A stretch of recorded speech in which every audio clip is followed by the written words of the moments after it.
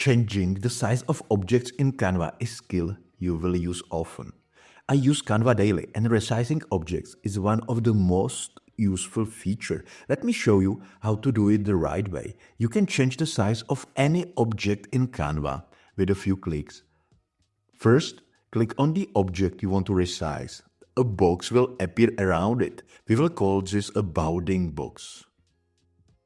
This box tells you which object you can select. The bounding box has a small squares on its edges and corners. You can click and drag these squares to make your objects bigger or smaller.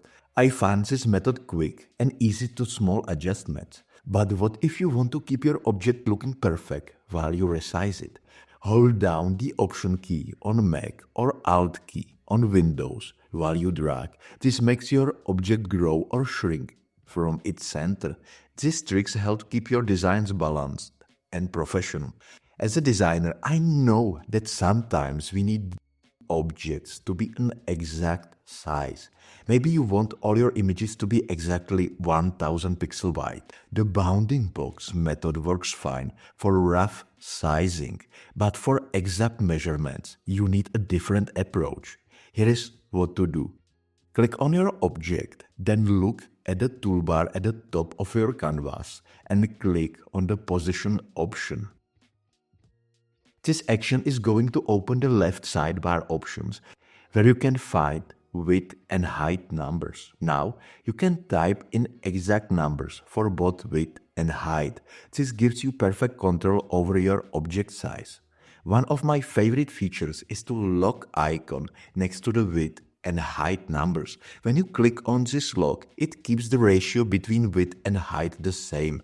This stops your images from getting stretched or squashed. As you see, resizing objects in Canva is simple once you know how. The bounding box gives you quick control, while the width and height numbers let you be precise. The lock feature keeps your objects looking right. Practice these techniques on your next project.